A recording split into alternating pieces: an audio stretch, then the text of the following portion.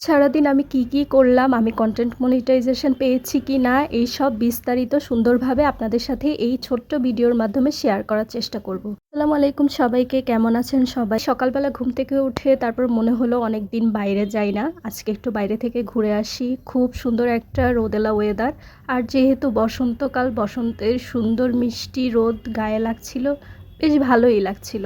তো ভাবলাম যে বাজারে তো যাব, বাজারে যাওয়ার আগে কিছু টাকা তুলে নেই, যেহেতু আমার পকেট একেবারেই ফাঁকা, আমি ক্যাশ টাকা তেমন একটা রাখি না সাথে।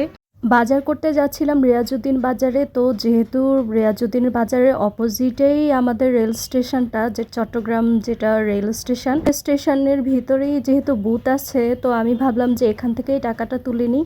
সেজন্য স্টেশনের ভিতরে এসে টাকাটা তুলে নিলাম, আর স্টেশনের একটা লুক আপনাদের সাথে শেয়ার করলাম। এরপর চলে যাচ্ছি বাজারের দিকে। রিয়াজউদ্দিন বাজারে কিন্তু বাজার করতে গেলে আপনার মনে হবে সবই কিনে ফেলি, কারণ এত ধরনের ভ্যারাইটিস, এত ধরনের আইটেম, আর বাজারটা বিশাল বড়, আমাদের ঢাকা নিউ মার্কেটের মতোই অনেকটা। সেজন্য আসলে বাজার করে অনেক আরাম। তো আমি এখানে গিয়েছিলাম বাজারে, মূলত আমি বেসন বানাবো নিজের হাতে। সেই বেসনের জন্য কিছু ডাল কিনতে, এবং এই বেসনটা কিন্তু আমি তৈরিও করে ফেলেছি, ভীষণ মজা হয়েছে। আমি এই বেসনের রেসিপিটা তোমাদের সাথে অবশ্যই শেয়ার করব। আর দেখো, শুটকির আড়তের ভিতরে চলে এসেছিলাম। শুটকির আড়তে নানা রকমের শুটকি আছে, নানা দোকানে। তা আমি যেহেতু একা হাতে ভিডিও করছিলাম, তাই ভিডিওটা সুন্দরভাবে করতে পারিনি। তারপরে চলে গেলাম মুরগির দোকানে। আমি কিছু মুরগি নিব ভাবছিলাম, তো সেখান থেকে আমি কিছু মুরগি নিয়েছি, সাথে আরও টুকটাক কিছু বাজার করেছি। বাজার করে সোজা রিকশায় উঠে গেলাম। এরপর সোজা চলে এলাম কে বেকারিতে। আমার বাসার নিচেই কে বেকারি আছে, সো কে বেকারি থেকে আমার পছন্দের কিছু ডেজার্ট আইটেম নিয়ে তারপর আমি বাসায় এসেছি। শিমের বিচি দেখলেই কেন জানি আমি লোভ সামলাতে পারি না, এখানে প্রায় 2.5 কেজি শিমের বিচি আমি নিয়েছিলাম সেদিন। আর আমার সবচেয়ে পছন্দের জিনিস পুদিনা পাতা নিয়েছিলাম, 10 টাকা করে আটি রেখেছিল, যেটা রোজায় আসলে দাম কত হবে আমরা জানি না।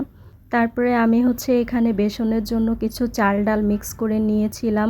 বাজার থেকে কিভাবে ঠক দিয়েছে, আমি চেয়েছিলাম ম্যাগির ম্যাজিক মশলা, আর ওরা কোথাকার কোন স্বাদের বা কিসের যেন একটা ম্যাজিক মশলা আমাকে ধরিয়ে দিয়েছে, যেটার প্যাকেজিং প্রায় ধরতে গেলে ম্যাগির মতো, কিন্তু ভিতরে কোনো টেস্ট ম্যাগির ধারে কাছে আছে কিনা আমার সন্দেহ আছে। আমার মরিচ গাছটায় দেখুন কি সুন্দর বেগুনি কালারের মরিচ ধরেছে। এই বেগুনি কালারের মরিচ গাছটায় কিন্তু মরিচগুলো সব কালচে টাইপের হয়, আর খুব ছোট ছোট সাইজের হয়। কিছু বড়ই নিয়েছিলাম খাওয়ার জন্য। আমি কে বেকারি থেকে পেস্ট্রি এনেছিলাম। কে বেকারি থেকে আমি বেলা বিস্কুট নিয়ে এসেছি। আমার চা দিয়ে বেলা বিস্কুট খেতে খুবই ভালো লাগে। আমরা চিটাগাং যারা থাকি তাদের মনে হয় সবারই চা দিয়ে বেলা বিস্কুট খাওয়াটা পছন্দ। যদিও গনি বেকারির বেলা বিস্কুটের উপরে কোনো বিস্কিটই আসলে হয় না, তারপরেও পুদিনা পাতাগুলো এখানে আমি সবগুলো ছাড়িয়ে নিয়েছি, এবং এগুলো সব ধুয়ে তারপরে আমি ফ্রোজেন করে রাখবো। এরপরে আমি শিমের খোসাগুলো সবগুলোই ছাড়িয়ে নিয়েছিলাম। কিছু পুদিনা গাছ রেখেছিলাম আমি, এগুলা ভাবলাম এখান থেকে চারা করব, এজন্য। এরপর কিছু ফটো সেশন করলাম এটা দিয়ে। আর আমি এখনও কন্টেন্ট মনিটাইজেশন পাইনি, সবাই আমার জন্য দোয়া করবেন যেন দ্রুতই কন্টেন্ট মনিটাইজেশনটা পেয়ে যাই। এরপর মনে হলো একটু আইসক্রিম খাই, অনেক গরম লাগছিল, তারপর একটু আইসক্রিমও খেয়ে নিলাম আমি। এই তো আজকে সারাদিন এই কাজগুলোই করেছি। টাটা সবাইকে। ভিডিওটি ভালো লাগলে অবশ্যই জানাবেন।